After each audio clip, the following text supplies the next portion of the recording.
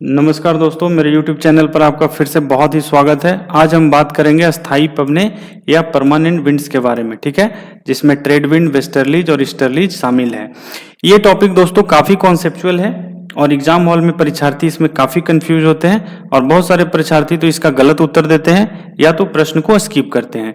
तो आज का वीडियो जो है थोड़ा कॉन्सेप्चुअल है, तो आइए वीडियो को शुरू करते हैं। ठीक है, मैंने यहाँ पे देखिए दोस्तों पीसीएस में प्रीवियस ईयर में पूछे गए कुछ प्रश्नों को शामिल किया है। जस्ट ये एग्जाम्पल के तौर पर है, इसको हम वीडियो के लास्ट में सॉल्व करने का कोशिश करेंगे। पीसीएस में इससे जो है बहुत सारे प्रश्न आया करते हैं, यहाँ तक कि यूपीएससी में भी इससे प्रश्न आते हैं, तो वो क्वेश्चन जो है थोड़ा कॉन्सेप्चुअल होते हैं। तो इस टॉपिक को कवर करने के बाद मुझे उम्मीद है कि आप इन प्रश्नों को आसानी से हल कर पाएंगे। ठीक है, तो यहाँ पे देखिए दोस्तों, हवाओं के प्रकार के बारे में मैंने वर्णन किया है। हवाएं मुख्यतः दो प्रकार की होती हैं, अस्थायी पवने और स्थानीय पवने, परमानेंट या planetary winds and local winds. ठीक है, तो लोकल विंड्स की बात करें तो स्थानीय पवने वे हवाएं होते हैं जो किसी विशेष क्षेत्र में सीमित समय और स्थानीय कारणों से चलती हैं। जैसे भारत में दोस्तों लू है, ठीक है, लू जो है एक खास मौसम में चला करती है। मॉनसून है, मॉनसून भी एक खास मौसम में चला करती है और ये भारत में ही चलती है। जैसे लू जो है वो भारत में ही चलती है, पूरे पृथ्वी पर तो चलती नहीं है, इसलिए ये हवाएं स्थानीय हवाओं की श्रेणी में आ जाएगी। वही अस्थाई हवाएं जो है, वैसी हवाओं को हम अस्थाई हवाएं कहेंगे जो पूरे पृथ्वी पर चला करती है और इनकी पृथ्वी पर हर जगह पे दिशा एक ही होती है। जैसे हम ट्रेड विंड की बात करेंगे तो ट्रेड विंड पूरे पृथ्वी पर चला करती है और ये सालों भर चलती है। ठीक है, ये पृथ्वी के घूर्णन, तापमान और दाब आदि के वितरण पर इनकी दिशा और आदि निर्भर करती है। ठीक है, तो अस्थाई हवाएं किन हवाओं को कहते हैं? जो सालों भर चला करती है, जिनकी दिशा एक ही हो, वैसे हवाओं को अस्थाई हवाएं कहा करते हैं। ठीक है, तो यहाँ पे हम अस्थाई हवाओं में तीन हवाओं को कवर करेंगे। सबसे पहला व्यापारिक पवन, ट्रेड विंड्स, दूसरा है पश्चिमी पवन, वेस्टर्लीज, या तीसरा है ध्रुवीय पूर्वईय या पोलर ईस्टर्लीज। ठीक है, स्थानीय हवाएं दोस्तों बहुत सारे हैं, जैसे चिनूक है, सांता आना, मिस्ट्रल, लू।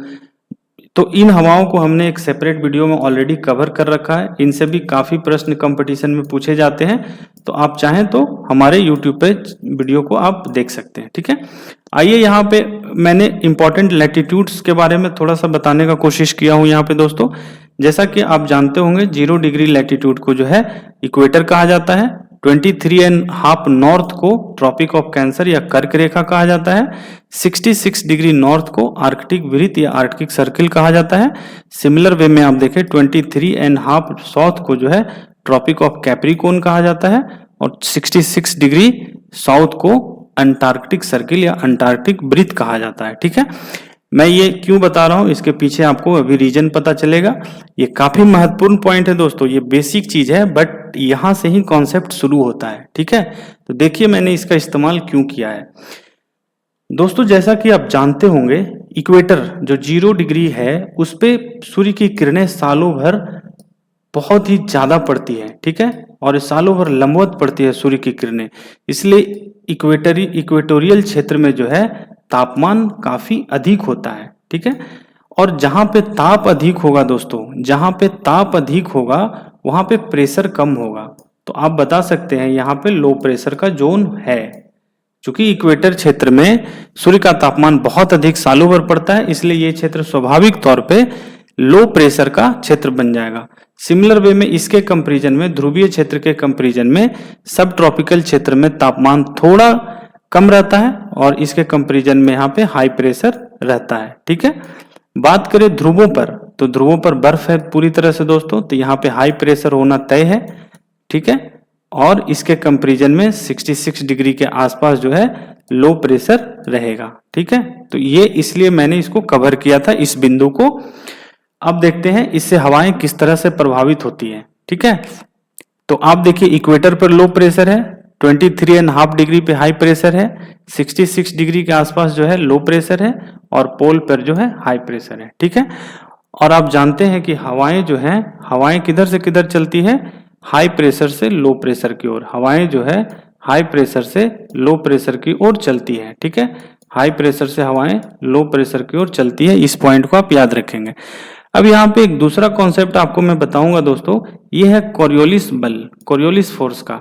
तो आप जानते होंगे कि पृथ्वी जो है पश्चिम से पूरब की ओर अपने अक्ष पर घूम रही है, या एंटी क्लॉकवाइज डायरेक्शन में ये अपने अक्ष पे घूम रही है।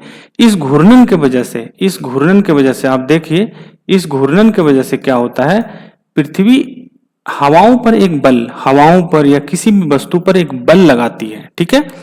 इस बल को ही हम लोग कॉरियोलिस बल कहते हैं। तो प्रश्न ये उठता है कि कॉरियोलिस बल क्यों उत्पन्न होता है, तो आपका सीधा सा आंसर होना चाहिए, कॉरियोलिस बल पृथ्वी के घूर्णन गति के कारण उत्पन्न होता है। Coriolis force is developed due to rotational movement of earth. Simple सा यहाँ इसका आंसर है दोस्तों, ठीक है। मगर इस एक फोर्स के कारण पृथ्वी पर हवाओं की दिशाओं में भारी परिवर्तन होता है। वो कैसे होता है, ऐसा देखिए दोस्तों, हवाएं जैसे यहाँ पे जो है इस डायरेक्शन में जाना चाहिए, एज पर एक्चुअल इस डायरेक्शन में जाना चाहिए, ठीक है। मगर कोरियोलिस बल के वजह से उत्तरी ध्रुव में, नॉर्थ पोल में हवाएं अपने दिशा से राइट साइड मुड़ जाती है, ठीक है। हवाएं नॉर्मल इधर जाना चाहिए, मगर कोरियोलिस बल के वजह से राइट साइड में मुड़ गई। उसी तरह से दक्षिणी गोलार्ध में देखिए, हवाएं ऐसे सीधा जाना चाहिए, मगर ये अपने बाईं ओर मुड़ गई, ठीक है। तो कोरियोलिस बल के वजह से हवाएं उत्तरी ध्रुव में अपने राइट साइड मुड़ती है और दक्षिणी ध्रुव में अपने बाएं साइड मुड़ती है। ये कॉन्सेप्ट है दोस्तों, इसको आप याद रखेंगे, ठीक है। अब देखते हैं यहाँ पे हम सबसे पहली स्थायी पवन है ट्रॉपिकल ईस्टर्लीज या व्यापारिक पवन, इसको ट्रेडविंड भी कहते हैं। तो हम सबसे पहले समझते हैं कि इसको ट्रॉपिकल क्यों कहते हैं, इस हवा को ट्रॉपिकल ईस्टर्लीज क्यों कहते हैं। तो आप देखिए दोस्तों, मैंने जैसा कि बताया, ये हवा यहां से उत्पन्न होती है, 0 डिग्री से 30 डिग्री के बीच चला करती है। ये 0 से 30 डिग्री के बीच जो है ट्रॉपिकल रीजन में आता है, तो इसलिए इस हवा को ट्रॉपिकल कहा जाता है। और अब देखते हैं ईस्टर्लीज क्यों कहते हैं। तो देखिए दोस्तों, यहाँ पे हमने बताया था, यहाँ पे होता है हाई प्रेशर, ठीक है, और यहाँ पे होता है लो प्रेशर, ठीक है।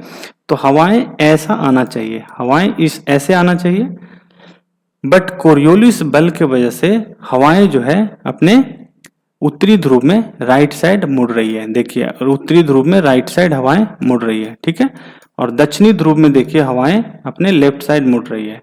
यहाँ पे भी हाई प्रेशर है, ठीक है, दोनों साइड हाई प्रेशर है, और यहाँ पे लो प्रेशर है। तो हवाएं ऐसे जाना चाहिए, नॉर्मल डायरेक्शन इसका ये है, बट कॉरियोलिस बल की वजह से ये लेफ्ट साइड में मुड़ रही है हवाएं, ठीक है। तो अब आप देखिए इस ट्रॉपिकल ईस्टर्लीज को, ये किस तरफ से आते हुए दिख रही है। ये हवाएं जो है ईस्ट साइड से आते हुए दिख रही है, ये हवाएं ईस्ट साइड से आते हुए दिख रही है, इसलिए इसका नाम ईस्टर्लीज है। क्योंकि ट्रॉपिक रीजन में ये उत्पन्न हो रहा है और ईस्ट साइड से आ रही है, इसलिए इस हवाओं को ट्रॉपिकल ईस्टर्लीज कहा जाता है, ठीक है। इसको व्यापारिक पवन इसलिए कहा जाता है ट्रॉपिकल ईस्टर्लीज को, क्योंकि प्राचीन काल में व्यापारी इस हवा का इस्तेमाल अपने नावों को आसानी से समुद्र में पार करने के लिए इस्तेमाल करते थे, और उन्हें काफी कम बल का प्रयोग करना होता था। मतलब व्यापारिक पवनों के डायरेक्शन में ही वो अपने नाव को उस समय चलाते थे, इसलिए इस हवाओं को व्यापारिक पवने भी कहा जाता है। तो अब यहाँ पे आपसे प्रश्न ये पूछा जाएगा दोस्तों कि व्यापारिक पवने किन अक्षांशों के बीच चलता है। तो सिंपल सा उत्तर होगा 0 डिग्री से 30 डिग्री नॉर्थ एंड साउथ के बीच, 0 डिग्री से 30 degree north and 30 degree south के बीच, ठीक है। इसकी डायरेक्शन क्या होती है, तो पूर्व से पश्चिम की ओर होती है। नॉर्मल डायरेक्शन पूछे तो पूर्व से पश्चिम की ओर इसकी डायरेक्शन होती है, ठीक है। ये कॉन्सेप्ट आप याद रखेंगे। अगली जो हमारी अस्थाई हवा है वो है पश्चिमी पवन या वेस्टर्लीज। तो यहाँ पे देखिए वेस्टर्लीज हवाएं, ये लगभग 30 डिग्री मार्क में कर रहा हूं, लगभग 30 डिग्री है, और ये लगभग 60 डिग्री है, ठीक है। तो वेस्टर्लीज जो है वो 30 डिग्री नॉर्थ से 60 डिग्री नॉर्थ के बीच चलती है, या 30 डिग्री साउथ से 60 डिग्री साउथ के बीच चलती है, ठीक है। दोनों गोलार्धों में चलेगी। तो यहाँ आप देखिए, यहाँ मैंने बताया था हाई प्रेशर, यहाँ पे मैंने बताया था हाई प्रेशर, और यहाँ पे मैंने बताया था लो प्रेशर, यहाँ पे बताया था लो प्रेशर। तो हवाएं देखिए हाई प्रेशर से 30 डिग्री पे हाई प्रेशर है और 60 डिग्री पे लो प्रेशर है, तो इस तरह से हवाएं जाना चाहिए। बट वही कॉरियोलिस फोर्स की वजह से हवाएं राइट डायरेक्शन में मुड़ गई, हवाएं ऐसा राइट डायरेक्शन में मुड़ गई। और इस तरफ बात करें तो हवाएं अपने लेफ्ट डायरेक्शन में मुड़ रही है, देखिए हवाएं अपने लेफ्ट डायरेक्शन में मुड़ रही है। तो ये देखिए पश्चिम से आते हुए प्रतीत हो रही है, ये हवाएं जो है पश्चिम से आते हुए प्रतीत हो रही है, इसलिए इन हवाओं को वेस्टर्लीज भी कहा जाता है या पश्चिमी पवन कहा जाता है।